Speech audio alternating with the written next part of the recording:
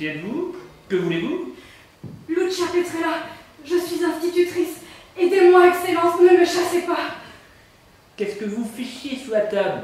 Vous trouvez que c'est une façon convenable de vous présenter? Mais je n'aurais jamais pu faire autrement. L'ancien préfet m'a mise au défi de ne jamais remettre les pieds à la préfecture. Il devait avoir sa raison. Mais moi aussi, j'ai les miennes. Les autorités sont excédées, à force de me répéter que je suis innocente. Et les autres ont peur de ce que je sais, de ce que je proclame, et continuerai de proclamer, tant qu'il y aura en moi une lueur de conscience, tant qu'il y aura un souffle d'air dans ma poitrine. Lâche! Ordure! Ils me surveillent. Tout le village m'espionne. Ils épient chacun de mes pas. Ah! Ah! Le voilà! Le voilà, ce couple maudit! Ils approchent! Ils sont dans l'antichambre! Empêchez-les d'entrer! Halte! Qui êtes-vous? Deux canailles, deux dégénérés, deux monstres! Ne ris pas comme ça. Comment peux-tu encore trouver la force de cacher derrière ton sourire de vainqueur magnanime tes mensonges, tes fautes, ton ignoble turpitude? Ta femme est plus digne. Regarde-la, avec ses yeux cloués au sol. Silence! Qui vous a permis d'entrer? Excellence, pour toi nous sommes venus parce que tu es nouveau au pays. Tu ne connais pas l'histoire. Je voudrais me la faire connaître. Raconte, dépêche-toi. Le mécanisme de ta malfaisance, tu l'as bien conçu. Il s'est déclenché au bon moment. Parle, la justice est là pour toi. Embobine-le lui aussi, comme tu sais si bien le faire. Comme tu l'as fait avec les autres villages qui connaissent la vérité, qui se taisent et te disent « Oui, oui, nous sommes convaincus de ton innocence. » Lucia Petrella, oh pauvre fille, la maîtresse d'école. Oh, mais c'est une malheureuse. Oh, mais c'est une Sicilienne, une obsédée, une hystérique. Ta femme est une sainte, ta belle-sœur un lys. C'est ce qu'ils te disent en face, mais dès que tu tournes les talons, ils font comme ça. Ils crachent. Pourquoi es-tu si méchante et si agitée? Combien d'enfants as-tu? 5? Toi qui les as portés dans ton ventre, toi qui les as mis au monde, tu sais quand même mieux que lui combien tu en as. Tu dois me le dire en me regardant bien en face et les yeux grands ouverts. 5! Mais qu'est-ce que c'est que cette histoire? Allez-vous vous décider à en parler plus clairement? Excellence, j'ai 5 enfants. Je les ai comptés ici, devant le préfet et le maréchal des carabiniers. Alberto, Lucia, Sabella, Tommaso et Marco. 5 enfants. 4! Le 5e, ce n'est pas Marco. Monsieur le préfet, quand il y a 6 ans, est né le vrai Marco. Il avait emgrossé sa belle-sœur. Et les 2 sœurs accouchèrent à quelques jours d'intervalle. Mais un seul des enfants fut déclaré à l'état civil, l'enfant légitime. L'autre, le bâtard, ils l'ont caché dans leur maison à la montagne, là où ils vivent comme des bêtes, lui et ses 2 sœurs. Tu racontes des histoires à dormir debout et tu ne te rends pas compte que personne ne te croit. Je sais. Jamais personne n'a parlé au village. Les yeux baissés, bouche cousue, les yeux baissés, même au mariage de sa belle-sœur. Ah, ils ont bien arrangé les choses. Une sainte, un père modèle, un mari fidèle, et la belle-sœur, une petite, un mari en blanc avec fleurs d'oranger. Finissons-en! Vous ne quitterez pas la préfecture avant d'avoir répondu à toutes mes questions. Oh, il n'y aura ni sainte ni madone pour vous sortir des prisons. Je vous en donne ma parole, pardieu. Je veux tout savoir. Tu affirmes qu'il y a 6 enfants? 5, Excellence. Parce qu'ils ont mis le 6e à la place du 5e. Le bâtard à la place du légitime? À la place de Marco.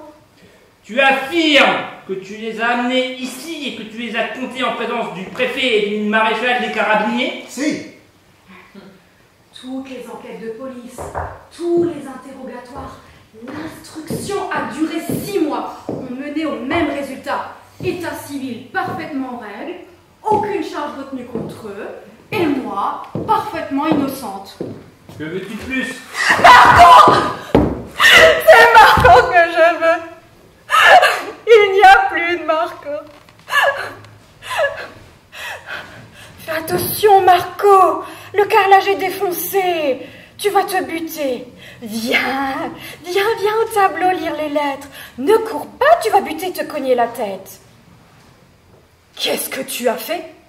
Regarde, qu'est-ce que tu as fait? Cette fois-ci, tu vas le payer.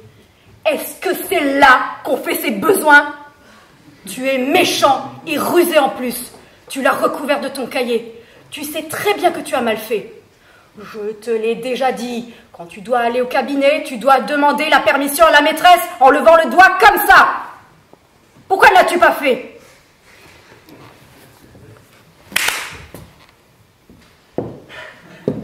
Pour se rendre au cabinet, il faut traverser un long couloir à découvert.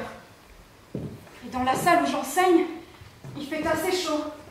Parce qu'après mes nombreuses requêtes et bien des démarches, la mairie a fini par installer un poêle à bois. Je me suis procuré un chat dans l'air que je garde toujours à portée de main pour en recouvrir les enfants lorsqu'ils doivent traverser le passage. Et lorsque je vois l'un d'entre eux qui se tortille sur son banc, je l'emmitoufle moi-même et je l'accompagne.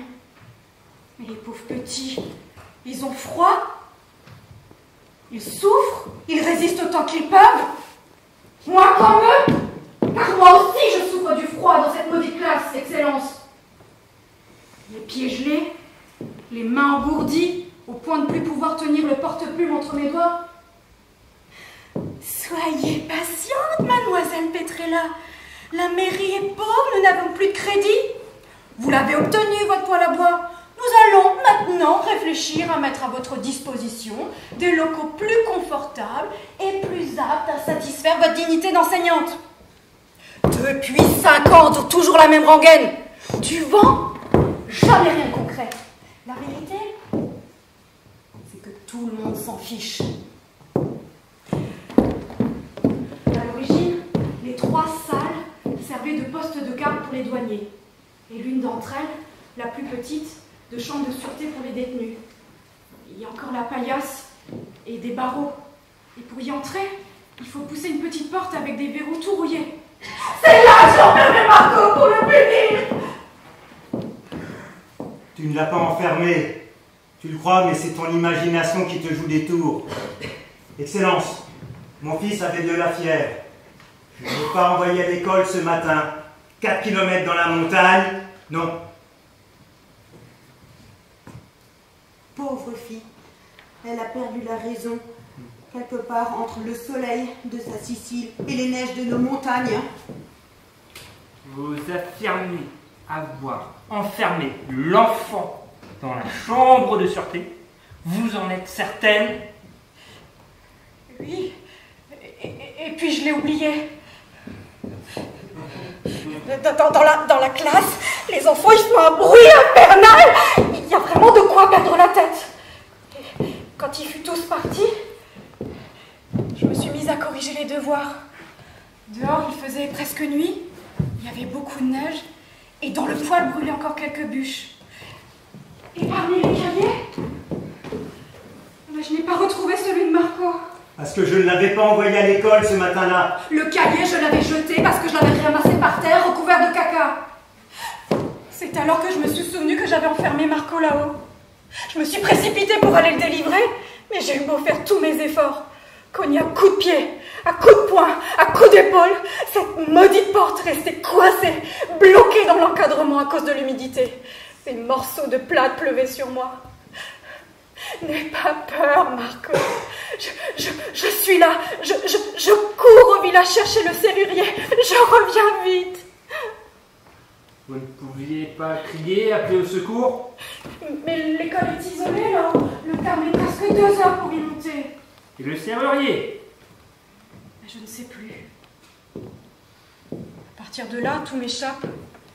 Je me suis évanouie devant cette porte. Combien de temps? Le maréchal des carabiniers a fait comme ça. Et la porte s'est ouverte. Mais moi, je l'avais déjà ouverte. Quand? Je ne sais plus. Bien avant le maréchal des carabiniers. Quand je suis revenue à moi, Marco pleurait. Il hurlait en proie à la panique. J'ai peur. Fais-moi sortir.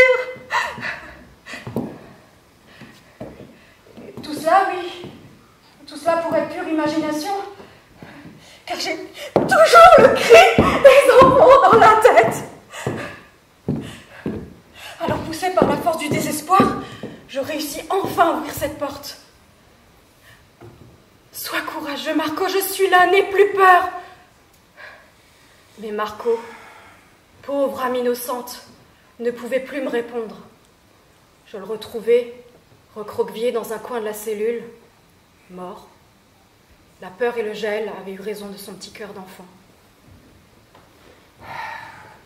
Et le maréchal des carabiniers, quand il est venu sur les lieux, il a dû faire un constat. J'étais terrorisée, j'ai eu peur du procès, j'ai eu peur d'être condamnée. Je me souviens comme dans un rêve d'avoir pris le petit corps, de l'avoir emmené et de l'avoir porté, posé sur la mer.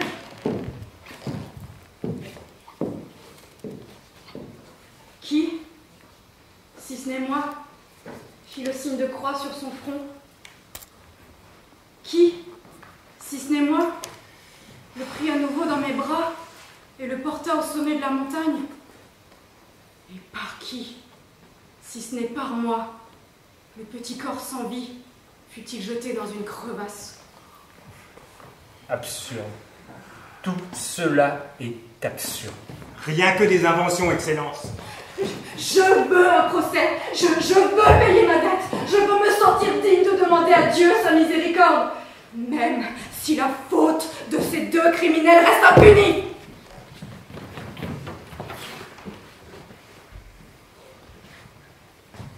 Inventé, tout est inventé. Combien d'enfants as-tu?